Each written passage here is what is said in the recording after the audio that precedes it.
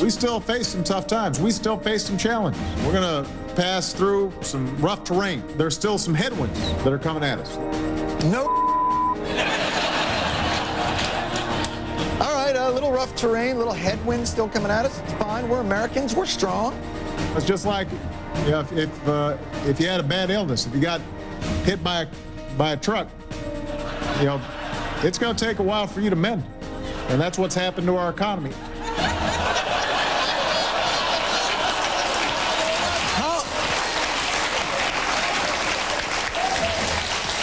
How did we go from there's a little bit of headwind to we got hit by a truck? If Jon Stewart doesn't seem convinced, none of my guests here do either. They think that that was funny, and he is not alone, because a new ABC News Washington Post poll shows that 90% of Americans describe the state of the economy as not so good or poor. What's more, 57% believe the economy has not even started to recover. No surprise, look at this. You can see here how long it took the jobs picture to improve after previous recessions over the past 36 years. Now, fast forward to the current crisis, job loss has been deeper and longer lasting. If job growth continues at this pace, it could take until 2016 to return to pre-recession levels of employment. So how do we jumpstart this process? Joining me now, Republican Senator Richard Shelby of Alabama, the ranking member of the Senate Banking Committee, Robert Reich, the former Clinton administration Labor Secretary and current professor at the University of California at Berkeley, and once again, ABC's John Carl. So that comedic setup had you all laughing. What is the reality? Has one been hit by a truck? Is it a headwind? Let me ask you first. You've dealt with labor and the job market. Is this cyclical, or is this a real structural hole? Christian, the central problem is on the demand side. 70% of the U.S. economy is consumers, and consumers are hit with the equivalent of a truck. I mean, their housing prices are dropping like mad. Their wages, adjusted for inflation, are dropping.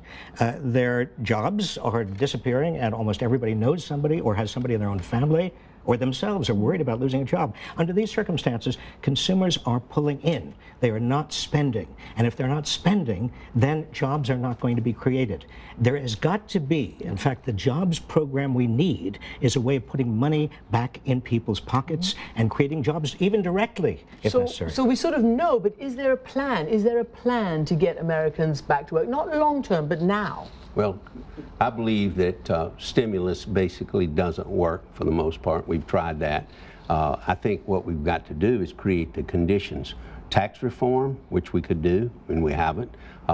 Incentives for manufacturing. We've lost millions of jobs in manufacturing. And say this is a new day. We've got to do it. We've got to be buoyant about where we're going.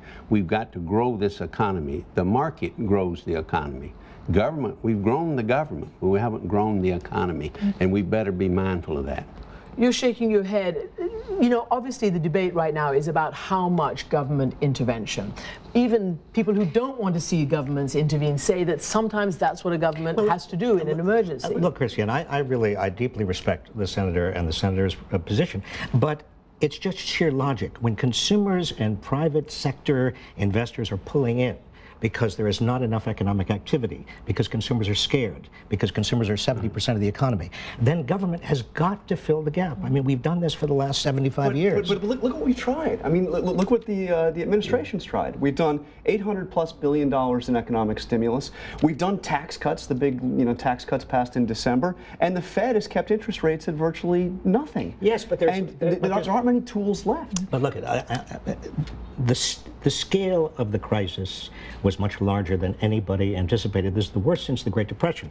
Exempt the first $20,000 of income from payroll taxes for the next year. Redo the bankruptcy code so people can declare bankruptcy on their primary residence and therefore have enormous bargaining leverage with their lenders if they are in trouble. Have a WPA, a direct employment program. But do you really think a new spending plan is going to pass muster in Congress? I mean, the White House doesn't want. Will it?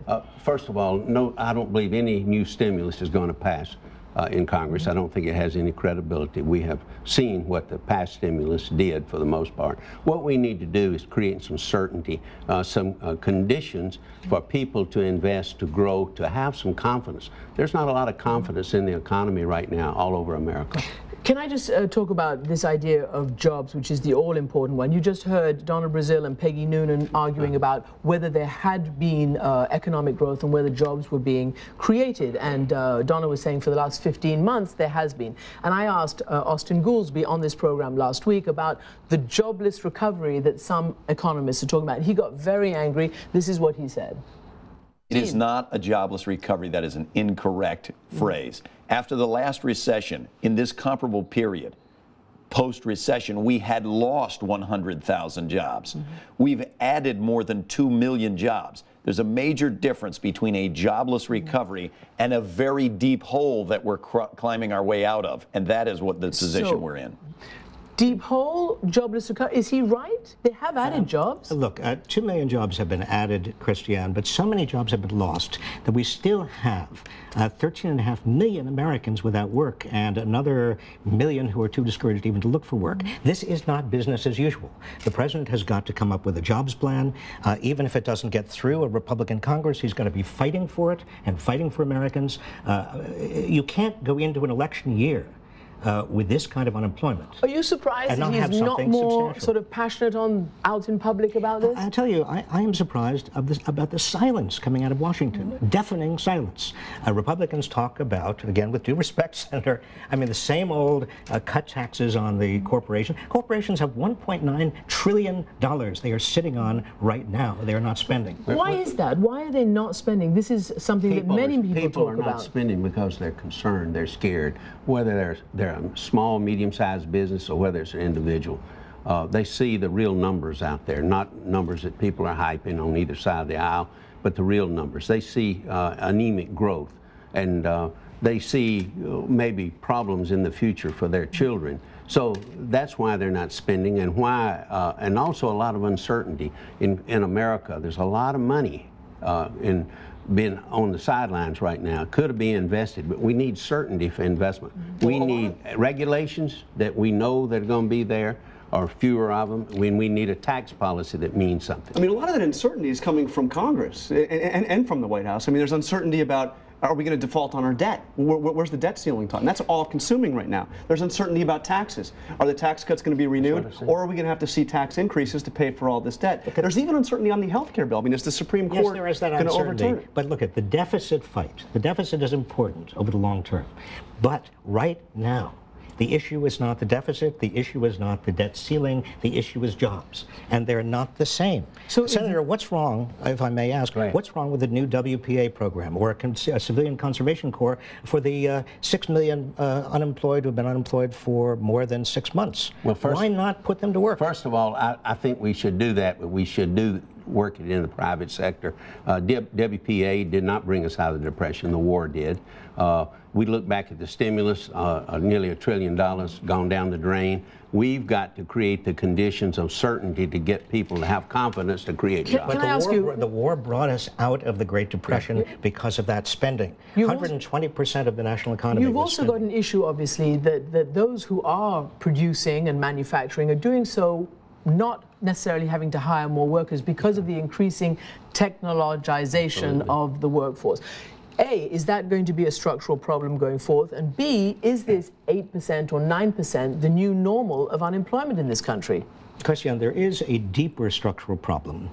Even if you did all of the necessary stimulus and spending and had an exemption program for the first $20,000 of income from the payroll tax and did the WPA, you still have a deep structural issue. And that is when so much of the nation's income and wealth now go to the top 1%. The vast middle class doesn't have enough purchasing power to keep the economy going, and we can't rely only on exports. Now, that's going to take time to do something about. I hope Republicans are as concerned about inequality of income as some of the rest of us, but we're not going to get it by lowering marginal taxes on the rich. We have to do the opposite. We're talking about real income tax reform to give people incentives to create jobs and give them confidence to create jobs. But if you look at history, it's the free markets that's going to create and turn this economy around. The government stimulus will never turn the economy around. Well, and there's a political reality on the tax reform, which is, you know, it's not going to happen before the next election. I mean, the White House, you know, what I'm hearing is we will see a white paper come out with this plan for corporate tax reform, lowering rates, cutting loopholes, reducing loopholes. But, you know, even the people people most enthusiastically pushing to say there's just no way in this political environment it gets done. All right. I'm afraid that's the last word. Thank you. We'll continue this conversation because it is #1 on America's agenda. And up next, the Sunday Funnies, and we discuss women, politics, and power in the era of men behaving badly. This week's Roundtable, brought to you by Xerox.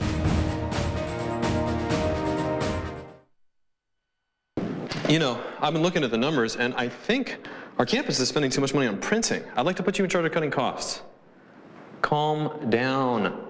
I know that it is not your job. What I'm saying